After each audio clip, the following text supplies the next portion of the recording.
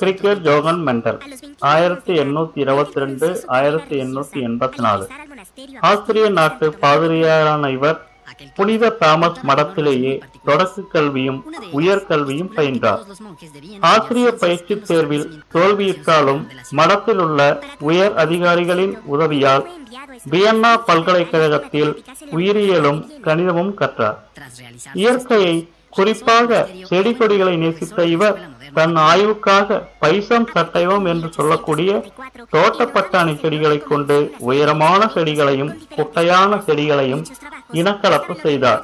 அவ்வாறு தான் செய்த ஒவ்வொரு இனக்கலப்பையும் கவனமாக குறிப்பெடுத்து ஆண்டு கணக்கில் ஆராய்ந்தார்.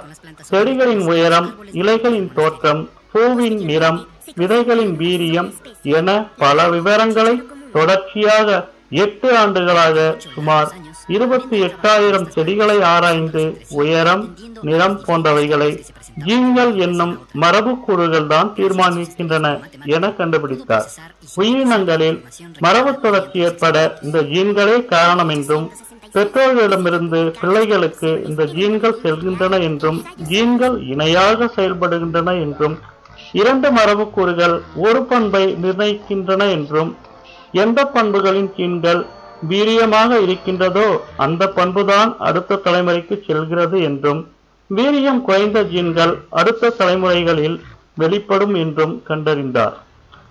இவர் தோட்டப்பட்டாணியில் கண்டறிந்த வேறுபட்ட பண்புகள்: 1. விதையின் வடிவம், உருண்டை, சுருக்கம். 2. விதை நிறம், மஞ்சள், பச்சை. 3. மலரின் நிறம், ஊதா, வெள்ளை. 4. கனி வடிவம், முழுமையானது, சுருங்கியது. 5. கனி நிறம், பச்சை, மஞ்சள். 6. மலரின் அமைவிடம், கோணம், நுனி. 7. தண்டின் உயரம், நெட்டை, குட்டை. மெண்டல் தன் ஆய்வுக்கு உயரம், குட்டை என 2 வகை பட்டாணி செடிகளை பயன்படுத்தினார். அவ்விரு செடிகளையும் தன்மானந்த சேர்க்கைக்கு உட்படுத்தி அவற்றின் வளர்ச்சியை உற்று நோக்கினார்.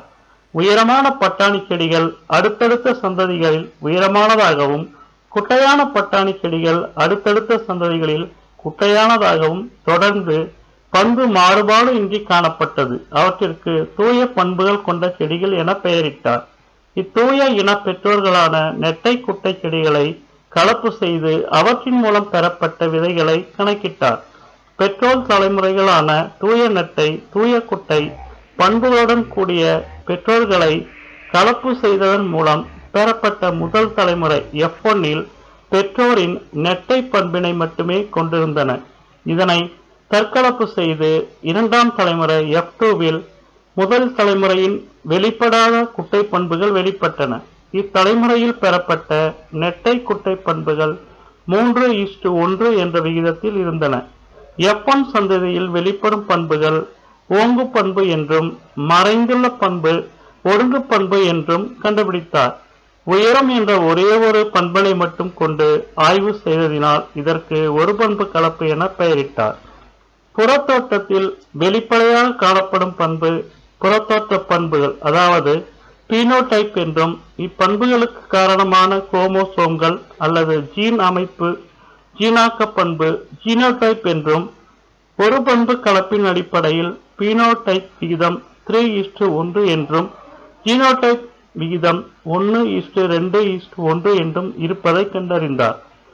இவரை போன்றே பட்டாணி செடியிலும் பிற தாவரங்களிலும் பண்பு கடத்துதலை பற்றி பிற ஆய்வாளர்கள் ஆராய்ச்சி செய்த போதிலும், அறிவியல், கணிதம் இரண்டையும் இணைத்து கணக்குகளை வெளியிட்ட பின் மரபு வழி கடத்துதல் விதிகளை வெளியிட்டவர் இவர் ஒருவரே.